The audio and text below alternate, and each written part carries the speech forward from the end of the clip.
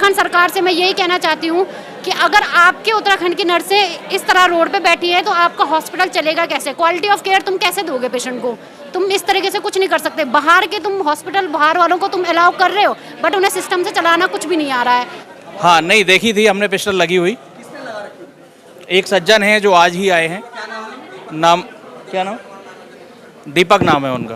पता नहीं है कि ऑनर कौन है। कोई कहता मैं ऑनर हूँ, कोई कहता मैं ऑनर हूँ।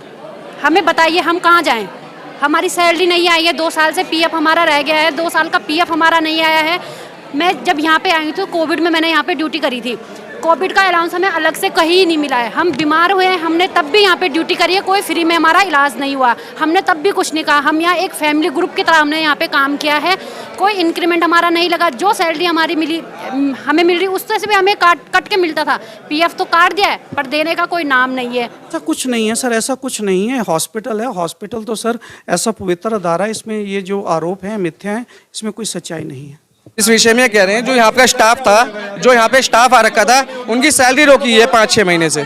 ठीक है, अब इन जो ये नया आ रखे हैं भाई साहब आ रखे, इन्होंने बोला कि हॉस्पिटल इन्होंने खरीदा है जैन साहब ने। इससे पहले कोई गुप्ता जी थे, जो गुप्ता जी थे उन्होंने अभी 5-6 दिन पहले उन्होंने कर्मचारी को बोला कि मालिक मैं हूँ, और आज ये बोल रहे हैं कि मालिक ये हैं। तो यहाँ का जो स्टाफ है कंफ्यूज है, मालिक है कौन? ना तो इनकी 5-6 महीने सैलरी दी जा रही है। जो भी आगे मालिक है उसे नीचे लेकर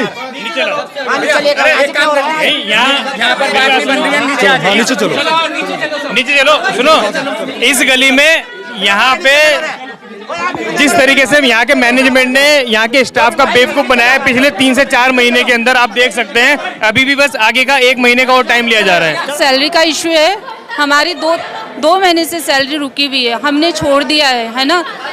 30 तारीख को हमारा लास्ट था। अभी जो सैलरी आई है अप्रैल की सैलरी आई है, पर जो हम लोगों ने छोड़ दिया हमारी सैलरी नहीं आई है। मार्च और अप्रैल की हमारी पेंडिंग है, तो हम किससे बोलेंगे, है ना। 2 मालिक हो गए, अब हमें नहीं पता कौन मालिक है, चेतन सर है या कौन है। हमारे सबका पीएफ 7 साल हो गए हॉस्पिटल खुले, हम सब काम कर रहे हैं, जब से हमारे सबका पीएफ का पैसा एक नहीं मिला। सैलरी ले ले। और मैडम आप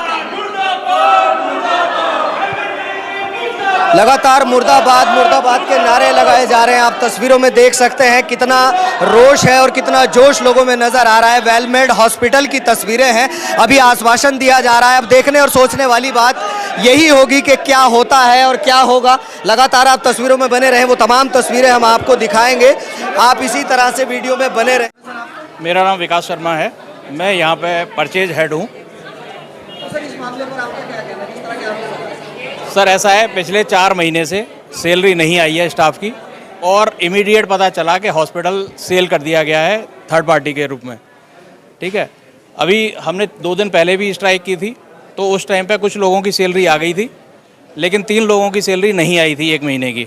परचेज हेड, HR हेड और मार्केटिंग हेड। और ना अभी ये पता चल रहा है कि वो सैलरी रोकी क्यों गई है। जब सभी स्टाफ की 1 महीने की सैलरी आई है तो बाकी लोगों की क्यों रोकी गई है। और ना अभी तक कोई प्लान समझ में आ रहा है कि आगे क्या करना है इन्होंने। बस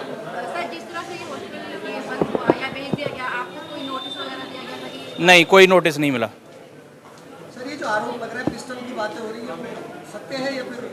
हाँ, नहीं देखी थी हमने पिस्टल लगी हुई। किसने लगा रखी? एक सज्जन है जो आज ही आए हैं। नाम क्या नाम? दीपक नाम है उनका। उनका क्या पद है? नहीं, कोई पद नहीं है, वो हमने तो आज ही देखा है उनको। मेरा नाम ममता रावत है। क्या कहेंगे आप इस मामले में, जिस तरह से सैलरी को लेकर के बातें हो रही है, तो आपका क्या मानना है, क्या कहना है? जैसे कि हमने 2 महीने काम करा, 2 में सबकी सैलरी दे दी, हमारी सैलरी अभी तक नहीं आई। लेकिन ये 2 मालिक हैं, कौन देगा क्या देगा ये हमें कोई पता नहीं है। ना कोई सामने आ रहा, ना कोई बोल रहा देगा, कोई बोल रहा नहीं देगा। तो हमें क्लियर कर दो कि आज सैलरी देंगे, चेक देना है तो चेक दो, सैलरी देनी है तो सैलरी दो। 15 डेज का टाइम तो हम देंगे नहीं। ऑलरेडी जो हमने 60 दिन का टाइम दे चुका है। जो हमारा FNF बनना था वो 60 दिन का इनका जो प्रोटोकॉल है उसके हिसाब से हम लोगों ने 60 दिन का वेट किया है। ठीक है, आज की डेट में ये बोल रहे हैं 60 दिन से लेके मतलब 3-4 दिन और भी ज़्यादा दे दिए हम लोगों ने इनको, फिर भी बोल रहे हैं कि नहीं 10-15 दिन या 1 महीना और वेट करो। ये कौन सा लॉजिक है ना। हमने इतनी ड्यूटी करी है, रात दिन ड्यूटी करी। कोविड के टाइम पे 100 पेशेंट एक स्टाफ ने देखे, तब भी इन्होंने क्या कुछ नहीं करा, उसमें भी इन्होंने सैलरी टाइम पे नहीं दी। हम लोग इनसे इनका कुछ नहीं मांग रहे, हमें हमारी मेहनत का ही जो है हमें वही चाहिए, बस हमें इनका कुछ नहीं चाहिए। वही हमारी सैलरी जो है, हमारी सैलरी दे दो, हमें इनसे कोई मतलब नहीं है। ये नहीं है कि हमने इतना टाइम काम करा है और हमारी भी फैमिली है, हमें भी उनको देखना पड़ता है, इसलिए तो हम जॉब करते हैं। सर मेरा नाम मनप्रीत है। हमारी दिक्कत है कि हमें 3-4 महीने से सैलरी नहीं दी गई है। लोगों का 2 साल से पीएफ रुका हुआ है। आजकल करते हमने 6 महीने से सपोर्ट कर रहे हैं हॉस्पिटल को, लेकिन एंड ऑफ द डे हमें कोई डिसीजन नहीं दिया गया है, हमें कोई आंसर नहीं दिया गया है उस चीज़ का। तो हमें यही सवाल है नए मैनेजमेंट से, पुराने मैनेजमेंट से, हमारी सैलरी कौन देगा, कैसे देगा और क्यों मतलब कब देगा, कोई हमें जवाब नहीं दे रहा है। हम सुबह से यहाँ बैठे हैं, कोई हमसे बात करने नहीं आया अभी तक। सर हम जब तक क्या नाम है, सब यहीं पे हैं, कोई नहीं जाएगा यहाँ से जब तक हमें सवाल नहीं दिए जाते, इसका आंसर नहीं मिलेगा इस चीज़ का। मेरा नाम प्रणीता है और मैंने यहाँ पे 2 साल काम किया है सिटी बेस आईसीयू में, डॉक्टर चेतन सर के अंडर में मैंने यहाँ पे काम किया है और मैंने अप्रैल अभी रिसेंटली 2023 में लेफ़्ट कर दिया है यहाँ से। हमें पता चला है कि यहाँ पे न्यू ओनर आए हैं, तो हम जैसे हमें पता चला कि यहाँ पे न्यू ओनर आए हैं तो हम यहाँ पे अपना जो हमारी यहाँ पे सिक्योरिटी है, सैलरी है, 2 साल का पीएफ है, वो हम लेने आए हैं यहाँ पे। बट इन्होंने हमें बोल दिया गया, कल मैं डायरेक्ट चेतन शर्मा से मिली हूँ, उन्होंने मुझे बोला है कि मैंने उन्हें बोला है सर मैं तो नए एम्प्लॉय ओनर को जानती नहीं हूँ, मैं तो आपकी एम्प्लॉय हूँ। उन्होंने मुझे बोला मेरा कोई एम्प्लॉय नहीं है, आप अकाउंट में चले जाइए। मैं अकाउंट में गई, अकाउंट वाले मुझे बोलते हैं क्या प्रूफ है तुम्हारे पास कि तुम मुझे कुछ तो ला के दो कि तुम्हें सैलरी नहीं आई है। फिर मैं एचआर हेड में गई हूँ, एचआर हेड ने मुझे ये पेपर पकड़ाया है, इसमें साइन करके दिया है। फिर मैं अकाउंट में गई हूँ, फिर अकाउंट वाले कहते हैं कि मैम तुम्हें तो 60 डेज़ नहीं हुए हैं। मैं 60 डेज़ का वेट कैसे कर लूँ? यहाँ ओनर का ही पता नहीं है कि ओनर कौन है। कोई कहता मैं ओनर हूँ, कोई कहता मैं ओनर हूँ। हमें बताइए हम कहाँ जाएँ?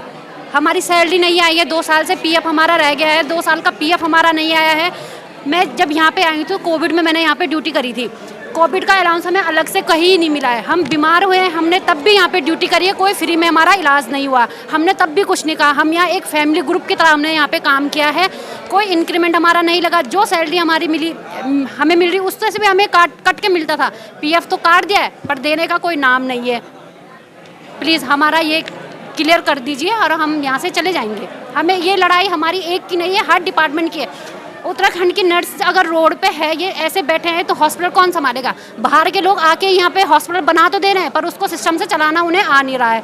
फिर इनको अलाउ कर क्यों रहे हैं यहाँ पे? अब यूपी के ऑनर है, बोलते हैं एनआरआई हैं, हमें उनसे कोई लेना देना नहीं है। हम डॉक्टर चेतन शर्मा के अंडर में काम करते थे, ये तो 36 एनआरआई आए हैं यहाँ, कुछ हम किसी को जानते नहीं है। यहाँ पे हमें एम्प्लॉय में रखा था डॉक्टर चेतन शर्मा ने, हमें उनसे मतलब है और वो सामने नहीं आ रहे हैं। कल मैं डायरेक्ट मिली उनसे, उन्होंने मुझे बोला कि मेरा एम्प्लॉय नहीं हो। बताओ मैं कहाँ जाऊँ? कल के दिन ये सैलरी की 15 दिन बाद आ जाएगी, तुम्हारा पीएफ 15 दिन बाद आ जाएगा। बताओ जो लोग यहाँ पे तैनात है ड्यूटी पे, वो तो रोज आके हल्ला कर देंगे।